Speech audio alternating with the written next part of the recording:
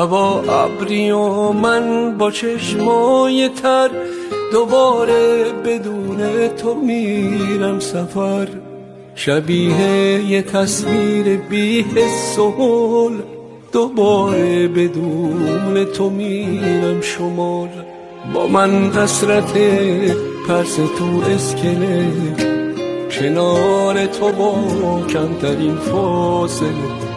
با من عادت غرق دریا شدم، به عشق تو و تو دلت جا شدم. کدوم ساحل دنج پهلوی تو، بشینم پی ردی از بوی تو. صدف تا صدف موج غم با منه، دل تنگم و صخره پس میزنه. کدوم ساحل دنج پهلوی تو، بشینم پی ردی از بوی تو. صدف تا صدف موج غم با منه، دل تنگم و صخره پس میزنه.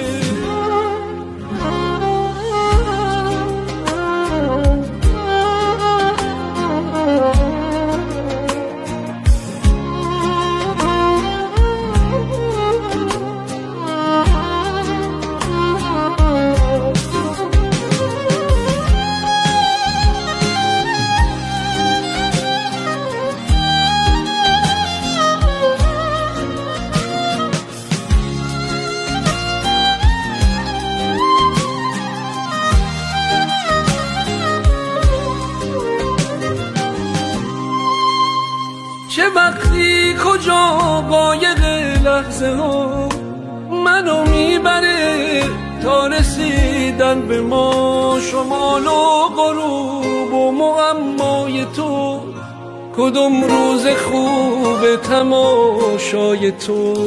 امان از نم جاده و بغض من، میبارم برای سبک تر شدن. کدوم ساغر دنج پهلوی تو، بشینم پی ردی از بوی تو. صدف تا صدف موج غم با منه، دل تنگم و صخره بس میزنه. کدوم ساغر دنج پهلوی تو، بشینم پی ردی از بوی تو. صدف تا صدف موج غم با منه، دل تنگم و صخره بس میزنه.